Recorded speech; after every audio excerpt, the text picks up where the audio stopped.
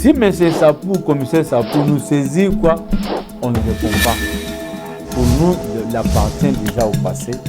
Personne n'est éternel, quel que soit peut-être le délégué de l'affaire ou quoi. On saisit la Cour de cassation pour qu'il réponde à cet acte-là qu'on qualifie d'imputation dommageable selon la loi. Vous savez, ici sur Terre, il y a toujours le début d'une chose et sa fin. Donc personne n'est éternel ou quel que soit peut-être le délégué de l'affaire ou quoi. Non. Il a fait son temps, c'est depuis le mois de février qu'on l'avait élu. Et nous l'avons déçu au mois de, je pense, le 1er septembre. Le 1er septembre. Donc, nous ne pouvons pas continuer à supporter quelqu'un qui ne sait pas travailler, qui ne sait pas c'est pourquoi il est venu faire à la CNDH. Quelqu'un qui considère que l'institution de l'État peut être comme une ONG individuelle, bien personnelle, quoi. Ouais. Alors, une institution de l'État a ses missions, a des textes qu'il organise ou qu'il institue. Alors maintenant, si quelqu'un ne sait pas respecter ces textes-là, nous ne pouvons pas. Nous ne pouvons cautionner ça. Raison pour laquelle nous avons pris une position de pouvoir placer quelqu'un, au moins. Parce que la commissaire Gisèle Kapinga, c'est une juriste, elle est avocate. Vous comprenez déjà que la CNDH est une institution qui traite les matières de droit. Donc avec une juriste, ça va aller. Comparativement à Sapou, qui n'est pas juriste. J'aurais appris qu'il aurait fait la théologie, l'histoire pareil. Donc vous voyez déjà l'incompatibilité. Donc avec la nouvelle présidente, nous pensons que ça va aller. Mais de toute façon, malgré sa résistance, la résistance donc de M. Sapou, parce que nous l'avons écrit avant de prendre la décision, on avait écrit plusieurs lettres. On lui avait écrit plusieurs lettres pour l'amener à la raison. Malheureusement, il ne savait pas répondre. Et il va commencer à déformer les choses. D'abord, il dit quoi? Notre revendication est... Donc, je peux dire quoi? Je voulais venir là, puisqu'il vous accuse d'ailleurs d'être... commandité par le ministre D'abord, ça a commencé que c'était M. Katumbi, l'Église catholique, l'Église protestante. Pourquoi? Pour qu'on sabote le processus électoral. Pour qu'on ne rende pas les élections crédibles. Vous voyez un peu le mensonge, le degré du mensonge. La CNDH est une institution à part. La CENI aussi, une institution à part qui a aussi sa mission. Nous, CNDH, nous ne pouvons pas crédibiliser les élections. Ce n'est pas notre rôle. Notre rôle, c'est faire le monitoring. Voir ce que fait la CENI. Est-ce que c'est vraiment cadré avec la loi ou ça viole la loi? En rapport, évidemment, avec les élections. Vous voyez. Mais dire que l'Église catholique, Moïse Katumbi, les a financés pour créer le désordre, parce que j'ai mis en place une commission qui va être composée par 2500 observateurs. C'est étonnant. C'est vraiment étonnant et écœurant. Aujourd'hui, il commence à citer Madame la ministre d'État de justice, ministre de justice. Mais ce n'est pas correct ça. Il dit quoi? Elle nous a donné l'argent, donc les dollars, parce que c'est le mot qu'il a utilisé, les dollars pour pouvoir déstabiliser l'institution. Est-ce qu'il se rend compte de ce qu'il propage comme mensonge là? Lorsque nous allons encore saisir la Cour de cassation pour qu'il réponde à cet acte-là qu'on qualifie d'imputation dommageable selon la loi, on sera encore commandité par la ministre de la Justice ou par l'Église catholique et tout ça. Et les griefs qu'on lui a reprochés, Il ne sait pas répondre à ça. Il ne sait pas répondre. Les correspondances sont là. Au lieu de répondre au grief, il va commencer à propager les mensonges, fomenter des histoires. Ce n'est pas correct, ça. Nous sommes arrivés à la fin de notre entretien. Qu'est-ce que l'opinion publique peut retenir? Actuellement, la CNDH est gérée de quelle manière? Oui, la CNDH présentement traverse un moment spécial de transition en attendant, puisqu'il nous avait traduit en justice à la Cour, au Conseil d'État. Nous attendons l'ordonnance du Conseil d'État pour trancher sur cette affaire ici. Alors, en attendant, nous qui considérons que c'est Madame ou la commissaire Kapinga Gisèle qui est devenue présidente, qu'on a élue présidente, donc nous nous obtempérons à ses ordres. Si elle nous dit quelque chose, nous demande de faire quelque chose, nous le faisons. Si M. Sapou, commissaire Sapou, nous saisit quoi, on ne répond pas. Pour nous, il appartient déjà au passé. Nous ne pouvons pas continuer à supporter les désordres dans l'institution. Parce que cette situation a occasionné un chaos. On ne sait plus travailler. Vous voyez, les plaintes sont là. Les dossiers sont là, qu'on doit traiter. On ne sait pas les faire parce qu'il y a un désordre total. En principe, moi, je ne peux pas engager l'institution. C'est le président ou la présidente. Vous voyez un peu ça. Et comme les choses traînent au niveau du Conseil d'État, ça bloque aussi l'institution. Donc, nous attendons l'ordonnance du Conseil d'État. Et dès que cela est fait, vous verrez vous-même que les choses vont aller soi-même de l'avant. Et c'est comme aujourd'hui, on devait recevoir une délégation du ministère de Justice et de l'Union européenne. Nous demandons la clé de la salle, on la refuse. C'était depuis hier. Ce matin, on est arrivé. Où est la clé de la salle? Nous devons apprêter la salle, la délégation va venir. D'après vous, la décision du Conseil d'État pourrait arriver quand? Bon, on ne sait pas. Puisqu'une grande structure comme ça va... On ne sait pas parce que les juges sont libres, ils sont indépendants. Nous ne pouvons pas donner des injonctions ou quoi, ou les pousser à faire quoi que ce soit. Ils sont libres, ils travaillent librement et nous espérons que ça ne va pas beaucoup traîner. Merci beaucoup, Maître Jean-Richard Tshibanda. Je rappelle ici que vous êtes commissaire national et coordonnateur de la sous-commission permanente des droits civils et politiques de la CNDH. Merci, c'est moi qui vous remercie. Et je crois que ce n'est pas la dernière fois. Nous allons continuer davantage à travailler. Merci. Je vous en prie. C'est bien le texte. Le règlement est clair et clair. Il y a les attributions réservées au président de l'institution. Il y a aussi les attributions réservées pour le vice-président, les rapporteurs, ainsi que des sous-commissions. L'usage des experts, c'est réservé dans des sous-commissions. Pourquoi? Parce que ce sont des sous-commissions qui sont comme des organes techniques de l'institution. Lorsque quelqu'un qui est lésé dans ses droits ou une victime dépose sa plainte à la CNDH, on écrit au président. Et le président oriente la plainte selon la matière à la sous-commission compétente de traiter cette matière-là. Et la sous-commission, le coordonnateur utilise les experts. Mais malheureusement, ça ne passait pas chez lui. Quand vous lui expliquez tout ça, il dit « Moi, je suis grand activiste des droits humains, même si je suis président. Et je ne peux pas être président protocolaire. Même si c'est votre travail, vous allez envoyer les gens sur le terrain. Moi aussi, je vais le faire. » Je lui ai posé la question. Donc, vous voulez occasionner le dédoublement d'organes au sein de l'institution. Il dit, moi, je vais le faire. Ben, ok, je l'ai laissé. Et tellement que ça s'est répété, Non, trop, c'est trop.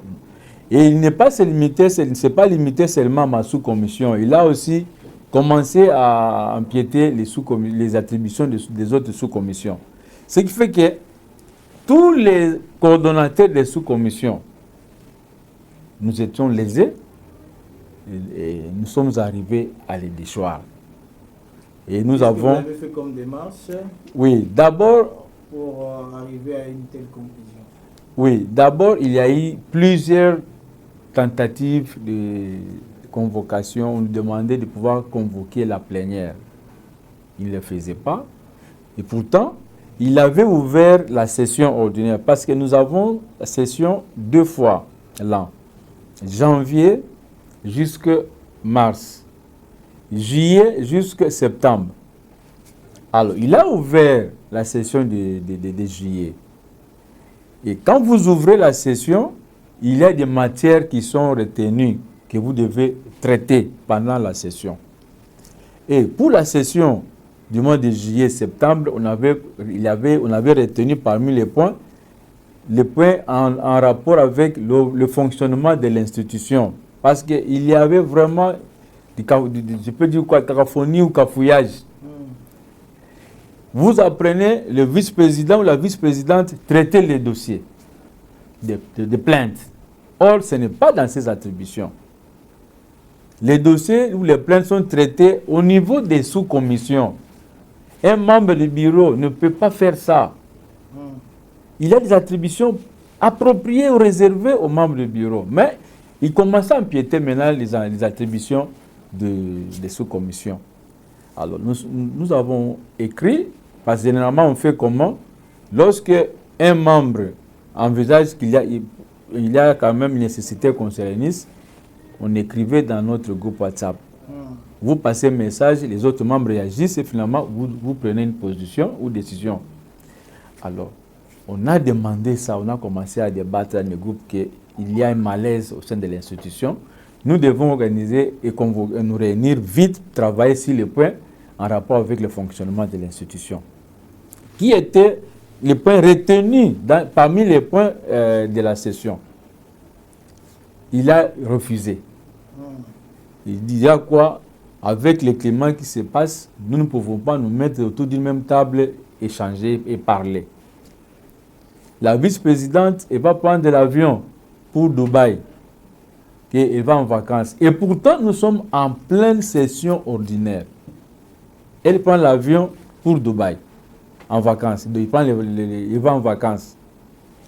La rapporteure adjointe ne s'était pas prononcée. Le rapporteur, c'est depuis le mois de juin qu'il est souffrant.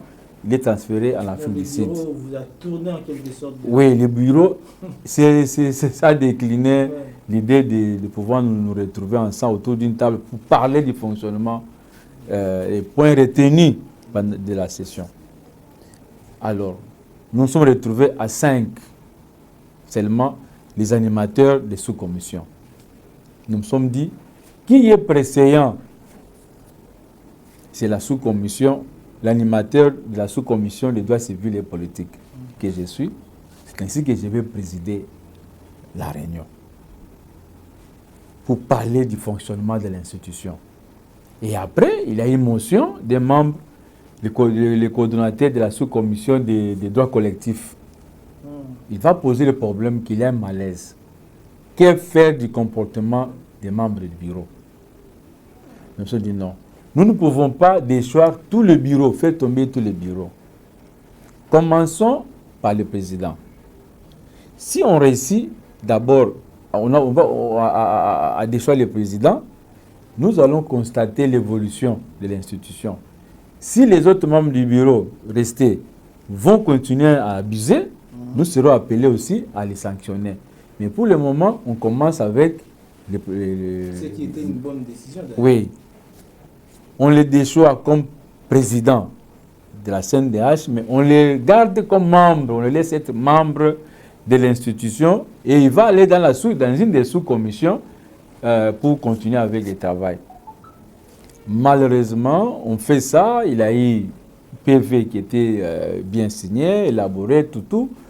Nous l'avons écrit pour qu'il y ait remise reprise. Malheureusement, il a refusé, il persiste jusqu'à aujourd'hui. Et lorsque vous avez même une activité à faire, une réunion à faire, vous sollicitez la salle, on vous en empêche. Parce que la clé est gardée par son protocole. Et ça fait plus de mois, depuis que cette histoire a commencé, ça fait plus de mois qu'ils ont gardé la clé et ils nous empêchent de travailler. Alors, c'est ça les problèmes qui se passent à la CNDH. Il y a maintenant un président déchu et une présidente entrante. Donc, c'est un peu ça la situation. Alors, Richard Tshibanda Ndouba, pour nous, vous n'êtes pas une personne à présenter, mais qu'est-ce que nos lecteurs et nos téléspectateurs peuvent retenir de vous? Qui êtes-vous? Merci beaucoup pour la question. D'abord, je réponds au nom de Maître Jean-Richard Tshibanda Ndouba. À la CNDH, je suis commissaire national en charge de la sous-commission des droits civils et politiques. Aujourd'hui, votre structure vole la vedette à plusieurs questions d'actualité concernant ce qui se passe ici. Vous êtes la personne la mieux placée à nous fournir beaucoup d'informations suffisantes. Qu'est-ce qui se passe? Actuellement, la CNDH est gérée par qui? Oui, la CNDH présentement est gérée par Excellence Gisèle Kapinga Ntumba. Vous allez vous demander comment cela est arrivé. Et au début, lorsque nous avons été entérinés à l'Assemblée nationale, comme c'est ça qui indique la loi organique qui institue la CNDH, le bureau de l'Assemblée passe le communiqué de dépôt des candidats, des dossiers des candidats selon les composantes à la société civile. Et maintenant, chaque composante dépose les dossiers des candidats qui sont censés les représenter. Et après le choix de 9 candidats qui vont rester comme membres, qui vont devenir membres, le bureau annonce à la plénière entérine. Et après, on envoie à la présidence pour que le président de la République investisse par ordonnance. Donc, on est investi comme commissaire national. On n'a pas un poste quelconque comme président, rapporteur, vice-président ou rapporteur adjoint ou coordonnateur de la sous-commission. Non, on est commissaire national. C'est à partir maintenant de notre organisation interne qu'on arrive à sortir les bureaux composés d'un président, d'un vice-président, d'un rapporteur et rapporteur adjoint. Et c'est là conformément au règlement, même à la loi organique. Alors maintenant, nous avions voté, il y a eu élection. Moi, j'ai été aussi élu à la sous-commission que je dirige. Donc, chacun de nous était élu et d'autres étaient élus par acclamation. Alors, comme il y avait devant nous 2 cartes composées comme candidats membres du bureau, donc 4 groupes de 4, groupes de 4. Et maintenant, moi, je n'étais pas candidat membre du bureau. Maintenant, c'est moi qui devais départager les 2 groupes. Et j'avais soutenu le groupe où se trouvait le commissaire Sapou Paul. C'est comme ça que Sapou Paul est passé président de la CNDH, et ainsi que d'autres membres du bureau. Et eux aussi, ils m'ont voté, ils m'ont fait passer comme coordonnateur de la sous-commission des droits civils et politiques. On a commencé avec le travail. Dès le début déjà, ça posait un problème. Le manque du respect des textes. Par qui? Par M. Sapou, ou le commissaire Sapou Paul. Il a brillé dans la violation des textes. Il a dédoublé les organes de l'institution. Je suis allé personnellement, je suis allé les voir plusieurs fois parce que la grande partie des matières traitées à la CNDH se cadre avec la sous-commission des droits civils et politiques. Et comme je l'anime, j'étais obligé de le voir de temps en temps pour le ramener à la raison. Et même, malheureusement, cela n'avait pas marché. Vous imaginez, depuis le mois de mars, on était investi au mois de février. Donc, non, c'était en janvier, le 27 janvier, mais il y a eu publication de l'ordonnance le 31 janvier. Nous avons commencé à travers le règlement intérieur. On prêté serment le 21 février. Le 23 février, il y a eu remise-reprise. Donc, une semaine après, il a déjà commencé à violer le texte. Envoyer les gens, ces petits, sur le terrain, comme, les qualifiant comme experts. Ils allaient enquêter dans les cachots, dans les prisons. Je suis allé vers lui plusieurs fois pour lui faire voir ça. Que, président, ce n'est pas votre travail. Maître Richard Tshibanda Ndouba, vous êtes commissaire général en charge, commissaire national. Commissaire national, hein? Commissaire national en charge de la sous-commission